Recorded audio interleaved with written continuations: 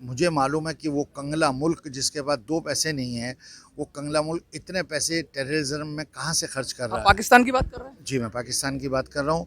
पाकिस्तान में इतना पैसा दे रहा है वो।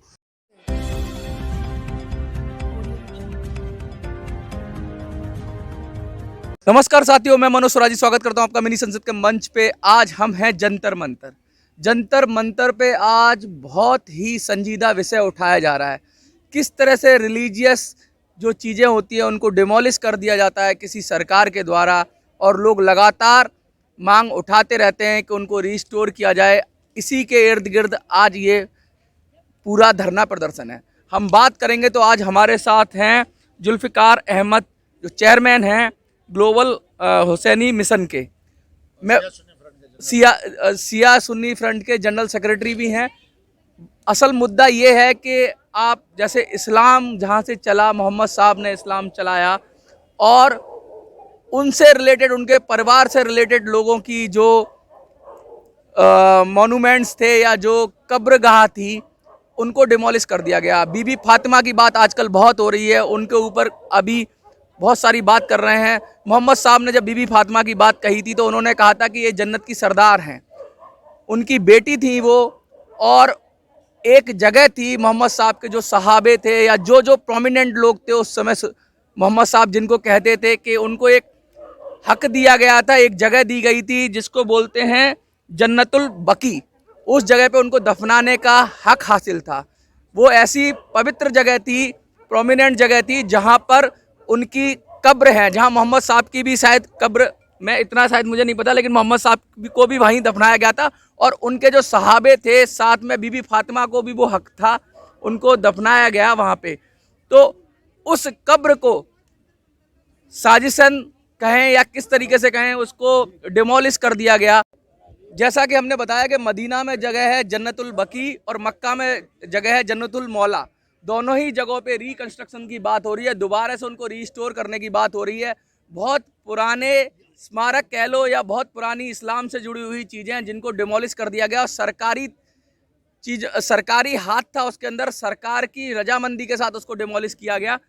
सऊदी के प्रिंस भारत आ रहे हैं, प्रधानमंत्री से मिलेंगे, तो लगातार जो जुल्फ़िकार जी हैं वो कह रहे हैं, उन्होंने बहुत सारे ज्ञापन भी दिए हैं कि उसको रिस्टोर किया जाए। ये मांग आप लगातार उठा रहे हैं। टेररिज्म की भी बात हो रही है, जिस तरह से सऊदी अरेबिया फंडिंग कर रहा है पाकिस्तान को भारत के खिलाफ टेररिज्म में, उसकी भी बात हो रही है। वहाबी इस्लाम की भी बात हो रही है, कट्टरता की भी बात हो रही है, किस तरीके से कि डिमोलिश किया जाता है पवित्र जगहों को, इस्लाम की मानने वाली जगहों को। अब डिमांड कर रहे हैं बीबी फातिमा की जो ग्रेवयार्ड है उसको रिस्टोर करने का। क्यों नहीं सुन रही है सऊदी को? तकरीबन लगभग 90 साल हो गए हैं जो इन्होंने वहाँ तोड़ो मोड़ मचाई थी। मदीने में, जो मदीना है वो सऊदी अरब में है, वहीं पैगम्बर रसूलुल्लाह अलैहि वसल्लम की सामने कब्र है, उसके सामने कब्रिस्तान है जिसमें पैगम्बर प्रॉफिट मोहम्मद की बेटी जनाब फ़ातिमा ज़हरा, उनके नवासे इमाम हसन और 3 इमाम और जनाब बाकर, ये लोग हैं, साहबी भी हैं। इनकी कब्रों को तोड़ दिया गया था। तो अब तक जो है उसको रिकन्स्ट्रक्शन नहीं किया। हमेशा पूरी दुनिया में, मुझे भी 35 साल हो गए सिर्फ ये कहते हुए कि वो रिकन्स्ट्रक्शन, क्योंकि वो सुन्नी हो या शिया हो, हर आदमी की डिमांड है कि वहाँ रिकन्स्ट्रक्शन होना चाहिए। दूसरा, हकीकत ये है कि मैं एंटी टेररिज्म तकरीबन 35 साल से काम कर रहा हूँ, और मुझे मालूम है कि वो कंगला मुल्क जिसके पास 2 पैसे नहीं हैं, वो कंगला मुल्क इतने पैसे टेररिज्म में कहाँ से खर्च कर आप रहा है। पाकिस्तान की बात कर रहे हैं? जी, मैं पाकिस्तान की बात कर रहा हूँ।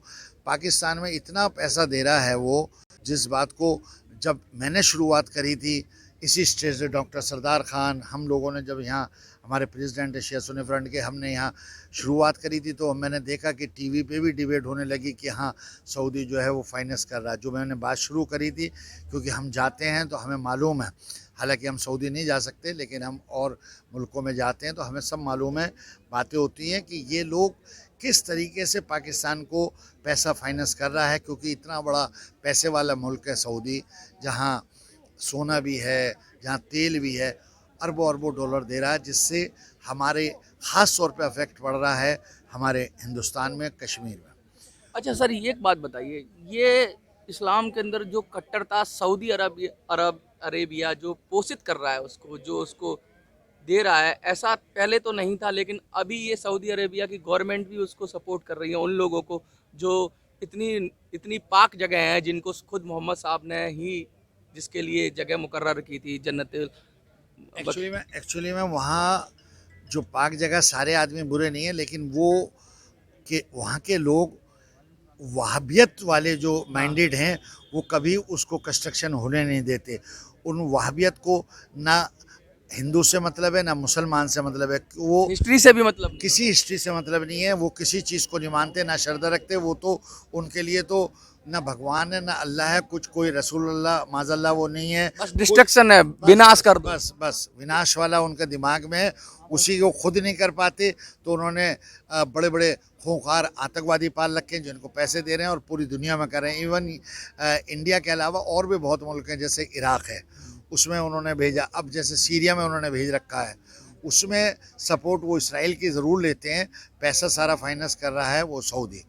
उन्हीं मुद्दों पे, क्योंकि अब नया प्रिंस आए हैं सलमान, हो सकता है काफी लिबरल भी बताया जाता है कि बहुत सारे अधिकार दिए हैं उन्होंने अपनी सऊदिया के अंदर। सऊदिया थोड़ा चेंज हो रहा है, चेंज हो रहा है, कुछ इसीलिए इमामों पे भी उन्होंने जो वहाँ के जो कट्टरता थी उस पर भी वही लगाम लगाई है। आप पॉइंट पे आए, जो वो इमाम या वो मक्के के वो जो वहाबी दिमाग के लोग बैठे हुए हैं, वही फाइनेंस डायरेक्ट वो नहीं होता। पहले तो गवर्नमेंट भी इन्वॉल्व थी।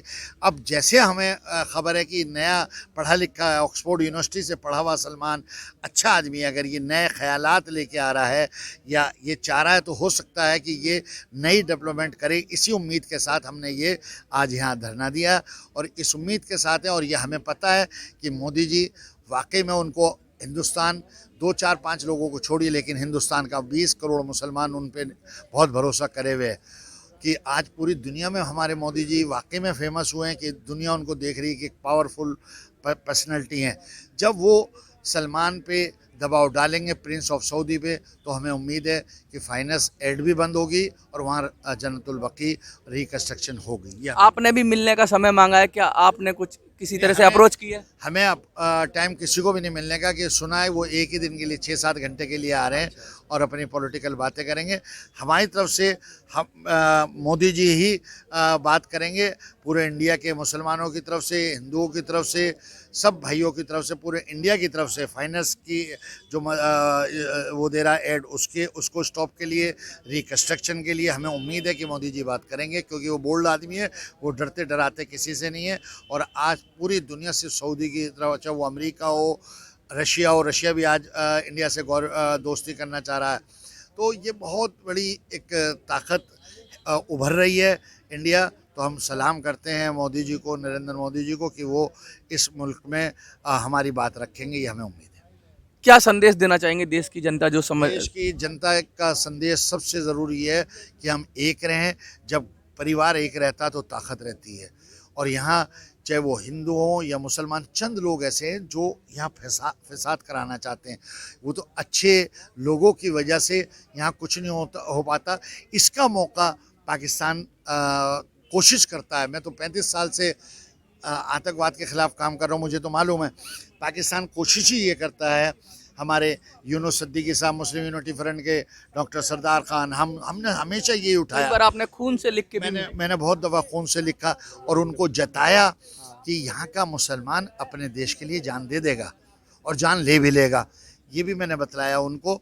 और ये क्या करते हैं, मज़हब के नाम पे अंदर घुसा दिया एक आध को, और मज़हब के नाम पे नौजवानों को भड़काते हैं।